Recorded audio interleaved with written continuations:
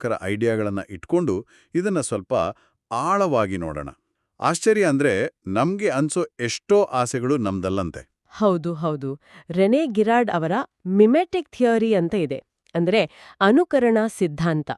ಇದರ ಪ್ರಕಾರ ನಮ್ಮ ಬೇಸಿಕ್ ಅಗತ್ಯಗಳು ಅಂದ್ರೆ ಊಟ, ನೀರು, ಇರೋಕೆ ಜಾಗ ಇವನ್ನೆಲ್ಲ ಬಿಟ್ಟು ಮಿಕ್ಕಿದ್ದೆಲ್ಲ ನಮ್ಮ ಹೆಚ್ಚಿನ ಆಸೆಗಳು.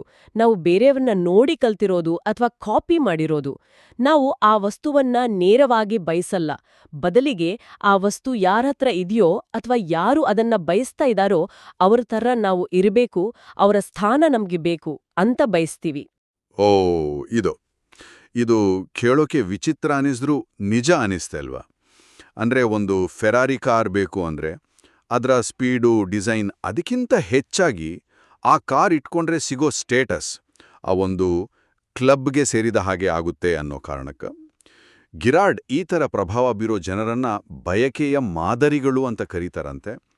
ನಾವು ಬರೀ ಅವರ ನಡವಳಿಕೆ ಅಲ್ಲ, ಅವರ ಆಸೆಗಳನ್ನೇ ಕಾಪಿ ಮಾಡ್ತೀವಿ ಅನ್ನೋದು. ಇಂಟ್ರೆಸ್ಟಿಂಗ್. ಹಾ, ಆದ್ರೆ ಇಲ್ಲೇ ಸಮಸ್ಯೆ ಶುರುವಾಗೋದು. ಈ ಅನುಕರಣ ಬಯಕೆ ಇದೆಯಲ್ಲ, ಇದೇ ಕಾಂಪಿಟಿಷನ್, ಅಸೂಯೆ, ದ್ವೇಷಕ್ಕೆಲ್ಲ ಮೂಲ ಆಗತ್ತ. ಯಾಕಂದ್ರೆ ಯಾವಾಗ ಇಬ್ಬರೂ ಒಂದೇ ವಸ್ತುವನ್ನು ಬಯಸುತ್ತಾರೋ ಮತ್ತೆ ಆ ವಸ್ತು ಎಲ್ಲರಿಗೂ ಸಿಗೋ ಹಾಗಿಲ್ಲವೋ ಆಗ ಸ್ಪರ್ಧೆ ಶುರು. ಇಲ್ಲಿ ವಿಪರ್ಯಾಸ ಅಂದ್ರೆ ನಾವು ಯಾರನ್ನ ನೋಡಿ ಆಸೆ ಪಟ್ವಿವೋ ಅವರೇ ನಮಗೆ ಆ ಆಸೆ ಪೂರೈಸ್ಕೊಳ್ಳೋಕೆ ಅಡ್ಡ ಆಗ್ತಾರೆ. ಹೌದಾ? ಹಾಗಾದ್ರೆ ನಾವು ಕೆಲವು ಕಡೆ ನೋಡ್ತೀವಲ್ಲ, ಈ ಅಕಾಡೆಮಿಕ್ ವಲಯದಲ್ಲಿ ಆಫೀಸುಗಳಲ್ಲಿ ಸಣ್ಣ ಪುಟ್ಟ ಜಗಳಗಳು, ಒಬ್ಬರನ್ನ ತುಳಿಯೋಕ್ ನೋಡೋದು. ಉದಾಹರಣೆಗೆ ಒಬ್ಬ ಪ್ರೊಫೆಸರ್ ಇನ್ನೊಬ್ಬರ ರಿಸರ್ಚ್ಗೆ ಕಲ್ಲು ಹಾಕೋದು. ಇದನ್ನೆಲ್ಲ ಈ ಥಿಯರಿ ಮೂಲಕ ವಿವರಿಸ್ಬೋದಾ? ಅಂದ್ರೆ ಅಲ್ಲಿ ಆ ಪೇಪರ್ ಅಥವಾ ಪ್ರಾಜೆಕ್ಟ್ ಮುಖ್ಯ ಅಲ್ಲ, ಬದಲಿಗೆ ಇನ್ನೊಬ್ರು ಅದನ್ನ ಬಯಸ್ತಿದಾರನ್ನೋ ಕಾರಣಕ್ಕೆ ಸಂಘರ್ಷಣ. ಖಂಡಿತವಾಗಿಯೂ. ಎಷ್ಟೋ ಸಲ ಹಾಗೇ ಆಗೋದು. ಆ ವಸ್ತುವಿನ ನಿಜವಾದ ಬೆಲೆಗಿಂತ ಬೇರೆಯವರು ಅದನ್ನ ಬಯಸ್ತಿದ್ದಾರೆ ಅನ್ನೋದೇ ಮುಖ್ಯ ಆಗ್ಬಿಡುತ್ತೆ. ಮತ್ತೆ ಈ ಅನುಕರಣಾ ಬಯಕೆ, ಈ ಸ್ಪರ್ಧೆ ಇದೆಯಲ್ಲ, ಇದು ಒಂದು ಗುಂಪಲ್ಲಿ ತುಂಬಾ ಫಾಸ್ಟ್ ಆಗಿ ಹರಡುತ್ತೆ. ಎಲ್ಲರೂ ಒಂದೇ ವಸ್ತುವನ್ನ ಬಯಸೋಕೆ ಶುರು ಮಾಡಿದಾಗ ಏನಾಗುತ್ತೆ ಅಂದ್ರೆ ಅವರವರ ನಡುವಿನ ವ್ಯತ್ಯಾಸಗಳೆಲ್ಲ ಕಮ್ಮಿಯಾಗಿ, ಟೆನ್ಷನ್ ಜಾಸ್ತಿಯಾಗಿ, ಕೆಲವೊಮ್ಮೆ ಹಿಂಸೆಗೂ ಕಾರಣ ಆಗಬಹುದು. ಇವತ್ತಿನ ದಿನದಲ್ಲಿ ಸೋಷಿಯಲ್ ಮೀಡಿಯಾ ಇದನ್ನ ಇನ್ನೂ ಜಾಸ್ತಿ ಮಾಡಿದೆ ಅಂತನೂ ಹೇಳಬಹುದು. ಹೌದು. ಈಗ ನೋಡಿ, ಯಾರೋ ದೊಡ್ಡ ಶ್ರೀಮಂತರ ಮದುವೆ, ಅಂಬಾನಿ ಮದುವೆ ಅಂತಿಟ್ಕೊಳ್ಳಿ, ಅದರ ಬಗ್ಗೆ ಸೋಷಿಯಲ್ ಮೀಡಿಯಾದಲ್ಲಿ ಬರೋ ರಿಯಾಕ್ಷನ್ಸ್ ಕೆಲವೊಂದು ಸಖತ್ ನೆಗೆಟಿವ್ ಆಗಿರುತ್ತೆ. ಮೊದಲೆಲ್ಲ ನಮಗೆ ಇಷ್ಟೊಂದು ಶ್ರೀಮಂತರ ಲೈಫ್ ಸ್ಟೈಲ್ ಹತ್ರದಿಂದ ಕಾಣ್ತಿರ್ಲಿಲ್ಲ. ಈಗ ಸೋಷಿಯಲ್ ಮೀಡಿಯಾದಿಂದ ಎಲ್ಲವೂ ಕಣ್ಮುಂದೆನೇ ಇದೆ. ಗಿರಾರ್ಡ್ ಹೇಳೋ ಹಾಗೆ ಈ ಹತ್ತಿರ ಇರೋದೇ ಹೋಲಿಕೆ, ಅಸೂಯೆ, ಕೆಲವೊಮ್ಮೆ ಕೋಪಕ್ಕೆಲ್ಲ ಕಾರಣ ಆಗ್ತಿದೆಯಾ? ಖಚಿತವಾಗಿ. ಹತ್ತಿರ ಹೆಚ್ಚಾದಷ್ಟು ಹೋಲಿಕೆ ಹೆಚ್ಚಾಗುತ್ತೆ. ಗಿರಾರ್ಡ್ದಕ್ಕೊಂದು ಸಮಾಜ ಅರಿವಿಲ್ಲದೇನೆ ಕಂಡುಕೊಂಡಿಯೋ ಒಂದು ಉಪಾಯದ ಬಗ್ಗೆ ಮಾತಾಡ್ತಾರೆ. ಅದೇ ಬಲಿಪಶು ತಂತ್ರ, ಸ್ಕೇಪ್ ಗೋಟ್ ಮೆಕ್ಯಾನಿಸಮ್ ಅಂತ. ಅಂದ್ರೆ ಗುಂಪಿನಿರೋ ಎಲ್ಲಾ ಟೆನ್ಷನ್ಗೆ, ಪ್ರಾಬ್ಲಮ್ಗಳಿಗೆಲ್ಲ ಒಬ್ಬ ವ್ಯಕ್ತಿನೋ ಅಥವಾ ಒಂದು ಸಣ್ಣ ಗುಂಪನ್ನೋ ಕಾರಣ ಮಾಡಿ ಅವ್ರನ್ನ ದೂಷಿಸೋದು, ಅವ್ರನ್ನ ಗುಂಪಿಂದ ಹೊರಗಿಡೋದು ಅಥವಾ ಕೆಲವೊಮ್ಮೆ ನಾಶ ಮಾಡೋದು. ಓಕೆ, ಆದ್ರೆ ಇದು ಹೇಗೆ ಕೆಲಸ ಮಾಡುತ್ತೆ? ಒಬ್ಬರನ್ನ ಬಲಿಪಶು ಮಾಡೋದ್ರಿಂದ ಗುಂಪಿಗೆ ನಿಜವಾಗ್ಲೂ ಶಾಂತಿ ಸಿಗುತ್ತಾ? ಇದು ಸರಿನಾ ಅನ್ನೋದು ಬೇರೆ ಪ್ರಶ್ನೆ. ಆದ್ರೆ ಗಿರಾರ್ಡ್ ಪ್ರಕಾರ ಇದು ಹೀಗೆ ಕೆಲಸ ಮಾಡುತ್ತೆ.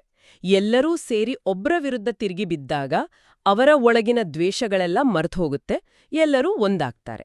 ಇದರಿಂದ ಒಂದು ಟೆಂಪರರಿ ಶಾಂತಿ, ಐಕ್ಯತೆ ಬರುತ್ತೆ. ಹಿಂದೆಲ್ಲ ಈ ಬಲಿಪಶುಗಳನ್ನ ದೇವ್ರು, ದೆವ್ವ ಅಂತೆಲ್ಲ ಮಾಡಿ ಅವರ ತ್ಯಾಗದಿಂದ ಶಾಂತಿ ಬಂತು ಅಂತ ನಂಬ್ತಾ ಇದ್ರು. ಈಗಿನ ಕಾಲದಲ್ಲಿ ನಾವು ಬೇರೆ ಬೇರೆ ರೀತಿಯಲ್ಲಿ ಇದನ್ನ ನೋಡ್ತೀವಿ.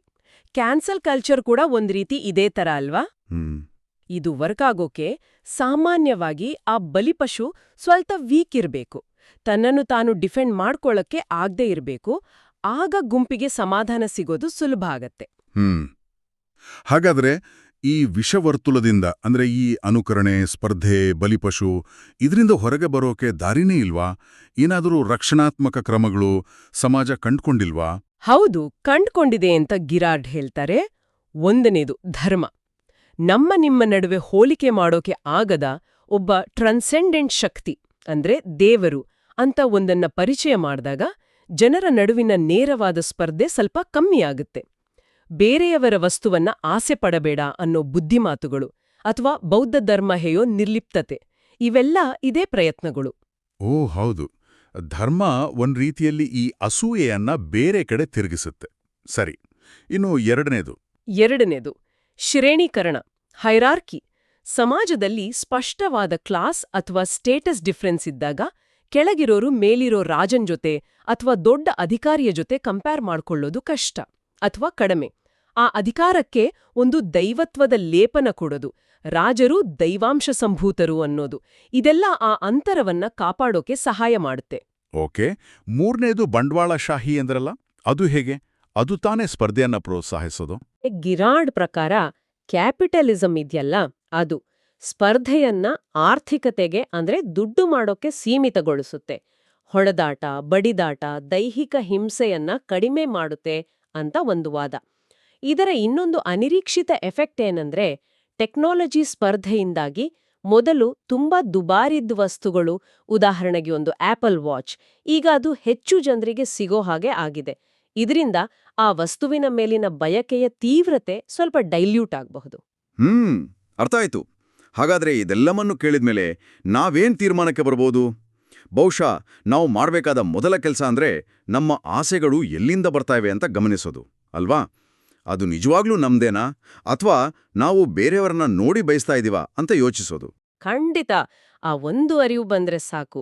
ಆಮೇಲೆ ಈ ಸೋಷಿಯಲ್ ಮೀಡಿಯಾದಲ್ಲಿ ಬೇರೆಯವರ ಜೊತೆ ಹೋಲಿಕೆ ಮಾಡ್ಕೊಳ್ಳೋದನ್ನ ಸ್ವಲ್ಪ ಕಮ್ಮಿ ಮಾಡೋದು, ಬೇರೆಯವರ ಗೆಲುವಿನಲ್ಲಿ ಅವರ ಶ್ರಮದ ಜೊತೆಗೆ ಅದೃಷ್ಟ, ಸಂದರ್ಭಗಳ ಪಾತ್ರನೂ ಇರುತ್ತೆ ಅಂತ ಒಪ್ಕೊಳ್ಳೋದು, ಮತ್ತು ನಮ್ಮ ಬಯಕೆಗಳ ಬಗ್ಗೆ ಒಂದ್ ಸ್ವಲ್ಪ ನಿರ್ಲಿಪ್ತತೆ, ಒಂದು ಡಿಟ್ಯಾಚ್ಮೆಂಟ್ ಬೆಳೆಸ್ಕೊಳ್ಳೋದು, ಇದೆಲ್ಲ ಮನಸ್ಸಿಗೆ ಸ್ವಲ್ಪ ನೆಮ್ಮದಿ ಕೊಡ್ಬೋದು. ಖಂಡಿತ. ಹಾಗಾದ್ರೆ ಕೇಳುಗರು ಯೋಚನೆ ಮಾಡೋಕ್ಕೊಂದು ಕೊನೆಯ ಪ್ರಶ್ನೆ. ನಾನೀಗ ಬಯಸುತ್ತಿರುವ ಈ ಒಂದು ವಸ್ತು ಅಥವಾ ಈ ಒಂದು ಸ್ಥಾನಮಾನ ಅಥವಾ ಈ ಒಂದು ಗುರಿ, ಇದು ನಿಜವಾಗಿಯೂ ನನಗೇ ಬೇಕಾಗಿರುವುದೇ, ಅಥವಾ ಬೇರೆಯವರು ಇದನ್ನು ಬಯಸುತ್ತಾರೆ ಅಥವಾ ಇದನ್ನು ಪಡೆದರೆ ಸಮಾಜದಲ್ಲಿ ಒಂದು ಗೌರವ ಸಿಗುತ್ತೆ ಅನ್ನೋ ಕಾರಣಕ್ಕೆ ನಾನು ಬಯಸುತ್ತಿದ್ದೇನೆ? ಈ ಒಂದು ಪ್ರಶ್ನೆಯೊಂದಿಗೆ ಇವತ್ತಿನ ಈ ಚರ್ಚೆಯನ್ನು ಮುಗಿಸೋಣ.